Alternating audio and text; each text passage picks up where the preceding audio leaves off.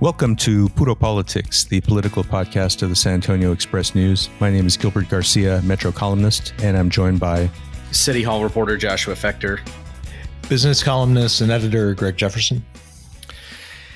And as most of you know, I mean, one of the big issues in San Antonio this past year, and it was on the ballot last month, was the workforce development program, which Mayor Ron Nirenberg has championed. And Josh, you had a story last week. It was really interesting because you had one of the big advocates for this proposition and for the program, Cops Metro, expressing some concerns about the way the city is approaching it. What are they unhappy about? So Cops Metro was, kind of the progenitor of a lot of this discussion around workforce development. More than 25 years ago, they founded Project Quest, which is this, is seen as sort of a model for workforce development across the country. They were big backers of Proposition B. Sonia Rodriguez was on the mayor's Ready to Work campaign. She's a Cops Metro leader. Last week, before the Express News editorial board, a bunch of Cops Metro leaders came before the editorial board and said, we thought that there was going to be basically sort of like this smaller implementation of this workforce program. Instead, they're creating sort of this bloated bureaucracy, and sort of like at issue here is basically the city's plan to hire 63 people, basically, the size of a new city department to sort of oversee the program, to, dole out sort of what they call wraparound services, basically services that people who are at risk of dropping out would need to sort of complete the program. They kind of threw up their hands and they said, we didn't know that when we were supporting this ballot initiative, that this is what we were going to basically wind up with, which is, this sort of administrative bloat, is what they said. They thought the city was basically going to take this money and then hand it over to organizations or entities that had experience doing this sort of thing, right? And the other thing is they're also mounting sort of this national search for basically an executive director for this. Basically a new agency, and their complaint about that was a subset of what you just said, Gilbert, which was, hey, look, we've already got this expertise here. Why are we mounting sort of a national search? And the city's defense for all of this is, the scale at which they're going to have to provide these kinds of services is unprecedented. That basically that outside organizations may be able to provide them, but not at the scale that we need. So we want to basically have control over that. We want to have control over basically the ones that are targeted towards the most needy participants. There's still some talk about, they're going to contract out for about like 80% of this work to like outside groups, but those groups won't be handling sort of the most sort of the folks who have the most pressing needs. I think you hit on a key point when you said this is unprecedented, because I think people who know more about this than I do have said that really no city has attempted to do something on this scale before, and so it's going to be interesting to see how this works out, because we've, workforce development or municipal involvement in workforce development in most places historically has been, pretty small. The city will throw a couple of $1 million here or there. And this is a really ambitious program. Yeah. I mean, I think Cops Metro though has a point. I mean, nobody knew that this is what the city had in mind ahead of the vote on November 3rd. I mean, I think the going assumption, it was certainly my assumption, which turned out to have been completely wrong, was that they would hire something, the city would hire a staff, including a coordinator, somebody responsible for pulling all of this together, but that the city staff would basically be monitoring and overlooking the work done, under contract with, Alamo colleges, with Project Quest, with Workforce Solutions, Alamo. But not that the city would be creating a new department, like an entirely new democracy or bureaucracy. That, if this expires at the end of the sales tax term, I mean, you've still got the structure hanging around. Right. I mean, well, Greg, city departments don't usually go away. Why do you think? Why do you think they're doing it? Is it just because the amount of tax revenue is so big that they want to feel that they have like more control over how this is done? Or I mean, what do you think is going on here? I mean, it struck me that, and Josh, weigh in, like if I'm wrong here, but it just judging from the city staff's presentation last week, it sounds like they really, they don't have their arms around how this is going to exactly work, in coordinating with all of these other entities, like Project Quest, like Alamo colleges. And to me, it seems like their fallback is, well, we'll just hire, 63 people on the city side to manage it.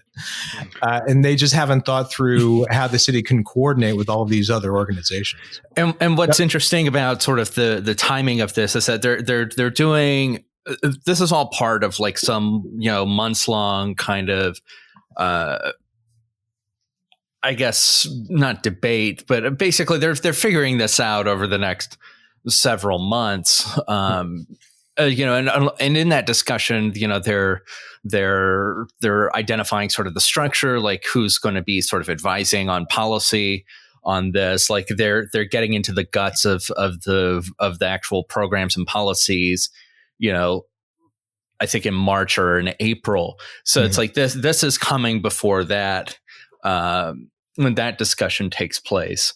I'm like you, Greg. I didn't foresee that this was we were gonna have that kind of city involvement or just be, when I read your story, Josh, about 63 city employees being hired, I was kind of stunned by that, because I just again you're taking at the most basic level, I'm looking at that and I'm thinking that a pretty good chunk of revenue for this program is really going to be going into just hiring city people to administer this thing.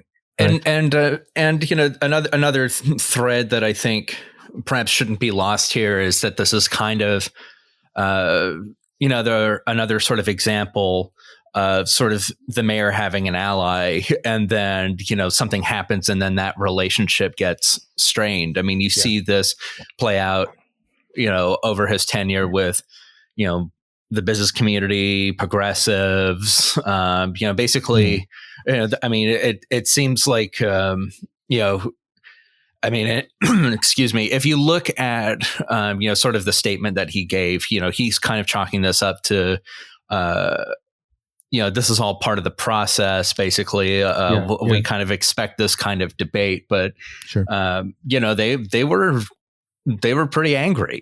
They were pretty passionate in their opposition to this. My understanding is that since that editorial board meeting, some Cops Metro leaders have met with City Manager Eric Walsh, and I think there might have been one or two council members there. So, I mean, there is a dialogue happening now, and it'll continue. And I think they want to work this out. But I mean, it's good that the debate is happening. But as we've talked about before, there probably it would have been a positive thing to have more clarity on this, before the election, so that there wouldn't be surprises coming after that. I want to talk a little bit about an issue that came up with a city council candidate. We're starting to see candidates declaring or filing treasurer appointment reports. In District 1, we've seen Mario Bravo, who's an environmental activist, to file a treasurer's report, and he's going to be running against incumbent Roberto Trevino. Mario Bravo ran for county commissioner against Lake Paul Elizondo in 2018, finished third in that race. And, in that, when he ran, then he questioned a lot of sort of structural issues with the county, the fact that, we don't have term limits or fundraising or donation limits, and just some ethics issues that come up in the county. I think his city hall, the city council campaign will be similar. He's going to bring up structural issues. And one of the things that I thought was interesting was that he made the case that we historically had a sort of a part-time city council. They didn't get paid really at all, $20 a meeting. And he suggested that the pattern that they got into with this sort of part-time city council work was that all they really had time to focus on was constituent services. And so they spent all their time, the offices were focused on just taking calls from constituents if they had a stray dog problem or something like that. And in 2015, we had a charter amendment election. Voters approved council pay. And so even though for the past 5 years, council members have had full-time pay, the old mentality continues to persist in his view. And it is that council members relinquish the power to make policy, which should be their responsibility. They relinquish it to city staff, which has more time, the ability to do research, to develop policy. And council members kind of deal mainly with constituent services. And he thinks this is a problem and this has to change. And I want to start with you, Greg, because you're the only one of us who's actually been on the inside and seen how these things work. I mean, do you think there is an argument to be made that council members in San Antonio tend to defer to city staff when it comes to making policy? Well, let me start by saying yes, that's entirely true. Let me also say that I sucked as a council staff member. I was terrible. Never should have been in city government. That said, I did observe a lot of stuff, including the fact that, I mean, look, it's one thing to pay council members a salary, more than $20 a meeting. They're now making, what was it, 42, 45, somewhere in the 40s, right, per year. That doesn't at all address the size of their staffs. Like most city council members have, maybe about half a dozen staff members to cover both policy and constituent service. Like it's just not enough. And what council members are able to pay, they don't have a lot of money to bring in kind of subject matter expertise in, right, in utilities, the environment, zoning and land use. So a lot of it is kind of catch as catch can, and you don't have a lot of, you've got several. On city council now, you have several staff members who have been around a long time and they know a lot. They know how city hall works, but they're the exception and really not the rule. So, I mean, what happens is city council members rely to a great extent, and I mean by that I mean almost exclusively on city staff under City Manager Eric Walsh, for information, for even the most basic decisions. Like city council does not have a way to compile its own information on whatever topic you're talking about, whether it's transportation or utilities or zoning. And they don't have a way to kind of independently analyze policies that either their colleagues are proposing, that they want to develop themselves, or that city staff is recommending. And all of that comes down to money. They just don't have the money to do it and have not allocated it in the annual budget. So part of it, you think, would involve just increasing the budget for the staff to allow them to get people. Yeah, it's really, I mean, it's really not a hard, it's not a hard problem to address if you're willing to put a lot more money into the administration of city council. Like if you want a city council that is a policy making body in the truest sense, that means, they have to have expertise. And they have to have sources of, independently verified information, and all of that costs money. I mean, that's it. That's just the bottom line. I mean, it's an unwillingness to allocate the money it would take to be truly independent. Yeah. What do you think, Josh? Well, something that I think about a lot is sort of the shift in sort of the governance culture since Cheryl Scully left, and Cheryl Scully could be said to have had sort of an actual sort of vision and sort of agenda that she wanted to execute on, and people used to, people started to say like, she was delving into policy too much. But I mean, she really was sort of like this driving force in shaping policy. And, kind of with her gone, you have, city council that was still kind of in that role that we've been discussing, where maybe hasn't been able to sort of think about, they haven't been able to think about themselves as really the policymakers. But at the same time, you have a city manager who is very collaborative and very sort of, he's talked about how like he's really sought to be more open and more sort of deferential to the council. So like when you have that there, when you have a city manager who's kind of a little bit more open and maybe more collaborative, with a council that's not doing that's not yet in sort of that policy making role, then like what are you left with?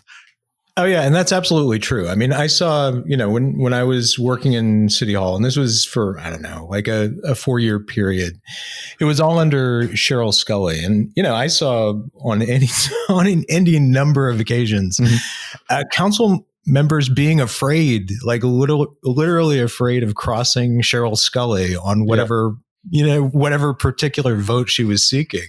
Yeah. They didn't want to incur, what they thought would be her wrath. And then, it was never entirely clear to me what they were afraid of, but, I mean, the city manager is, her office is central to any city council member's success. I mean, like in constituent service, being able to call the city manager to get, a street project expedited or, anything, it's really important. And they value that access. And under Scully, they were afraid, they were afraid that there would be a price to pay for not voting her way. Yeah. And council members would come and go, and she was there through 13, 14 years or something. So she saw him come and go. And so there was always a power dynamic where, I mean, the city manager was always going to have a lot more power in that situation. Right. And, and in Cheryl Scully's case, and I think this is true of a lot of city managers who are, in the office for a long time. And, the average lifespan for a city manager is roughly, 5 years. She was there for 13. So in that time, I mean, she developed a lot of relationships with the business community. So, I mean, when she came to you, if you were a council member and she approached you, you knew that she was speaking generally with the support of the mayor, because all of the mayors she served under backed her to the hilt. So she came to you with their support and with the business community support, and to a lesser extent, the community groups as well, like cops and others. Right. So yeah, I mean, that's a lot to deal with as an individual council member. Sure. Yeah, I mean, their fright was kind of understandable. We're going to take a short break, and we'll be right back. Head over to expressnews.com to check out our all-new podcast page, where you can find more great San Antonio-focused podcasts, such as Express Briefing, where we bring you the top headlines for the day in about 10 minutes or less. All right, we're back, and I wanted to wrap things up today by talking a little bit about Joaquin Castro, San Antonio congressman. Most people, unless they have the kind of background that say Will Hurd had with working in the CIA, or they had an extensive military background. There are a few exceptions, but I think that for the most part, people when they enter the U.S. House don't have a lot of foreign policy knowledge or a real background there, and particularly if you come from working in a state legislature. And Joaquin Castro has been in the House for about 8 years now, and I think one of the things that's been interesting to witness has been his evolution as a voice on foreign policy. And last Friday, there was an election for the House Foreign Affairs Committee chair. This is something he'd been campaigning for. He finished second. It was expected that he was not going to be able to win this race against Gregory Meeks, who's the member of the House from New York. But I think there were some interesting things that came out of this race. And, one of the things that he has talked a lot about, and I think that he talked about, I think, the need for a new generation to sort of emerge. And he's 46. Gregory Meeks is 67. He also talked about wanting to use the Foreign Affairs Committee to bring in different voices. He talked about wanting to have Palestinian representatives come in and speak to the committee, which I think would be something different. But I think one of the things that was really interesting was the way he talked about not only the usual democratic issues about sort of re-engaging with our allies after Donald Trump's 4 years of kind of America First nationalism, and rejoining the Paris Climate Agreement and so on. But he talked about looking at various issues, foreign policy issues, or various issues through a foreign policy prism. And he talked about how we should, when we deal with foreign policy, we should think about climate change. We should think about deforestation. We should think about LGBT rights. We should think about poverty and hunger and so on, and think of these as foreign policy issues rather than issues that we sort of put in a different category. And I think that it's going to be one of the interesting things to see with some of the younger members of the Democratic caucus, to see during the Biden years how that kind of thinking starts to emerge, in foreign policy. And Greg, you've certainly written about and covered Joaquin Castro for years. Have you been surprised to see how interested? We tended to think of him in the Texas House as being really interested in education and things like that. He's become a real foreign policy. Yeah, he has. And I think that comes as news to, I think, a lot of people in San Antonio. But I mean, the fact of the matter is, he's been developing his, foreign affairs brief or portfolio for years now. Several years ago, he co-founded the, U.S.-Japan caucus in the House. He's shown a lot of interest in trade, not only with Japan. And by the way, part of that obviously is connected to Toyota, which has a truck plant in San Antonio, but it goes beyond that. And he's interested in developing trade with Southeast Asian countries. In fact, just a couple of months ago, he co-authored a House bill that would basically set up funding to create small business development centers, little offices around Southeast Asia. And I mean, it was almost laughably small, honestly. It was seeking about $1 million in federal funding to get these offices going, which is practically nothing in the grand scheme of things. But I mean, it shows an interest in developing, further developing those relationships. And, UTSA Small Business Development Center would have played a really key role in this. So, yeah, I mean, he's actually, shown quite a bit of interest, particularly in Asia. But, he's also been on, MSNBC, CNN, talking about foreign matters of the day in Afghanistan and the Middle East. And I think a lot of this takes some San Antonians by surprise if you're not watching his congressional career day in and day out. Sure. And that's the thing. I mean, that's always interesting to me about, elected officials. Sometimes they, particularly with Congress, people come in with one set of expectations. We think of their big issues as being certain things. And along the way, they just take a different path, or they start to develop an interest or an expertise that you didn't really see coming years before. And it was not an obvious thing for him. Like I said, he didn't have a military background. He didn't have, he didn't really have any foreign affairs experience, but it's just something that he took an interest in and decided that the issues that were big issues for him, like I said, whether it was poverty or education or these things, that these things could be looked at, when developing foreign policy.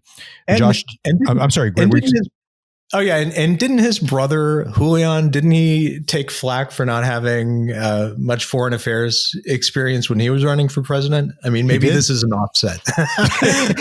Well, which brings it like, well, I don't, but my twin brother does. And if you combine the two, then you're, I'm Jack and he's Bobby, so and that way you could have the twins switch out and you wouldn't notice. Yeah. Oh man, we're really going to go there. Oh man, that's a sensitive issue. Well, on that note, I think we're going to wrap things up, but we'll be back next week, and we're going to have a special guest who is going to enlighten us about the upcoming Texas legislative session. Which I think is going to be a really. It's probably going to be a pretty wild one and a very challenging one for sure. So we'll be back next week, and we hope everyone's doing well. Take care.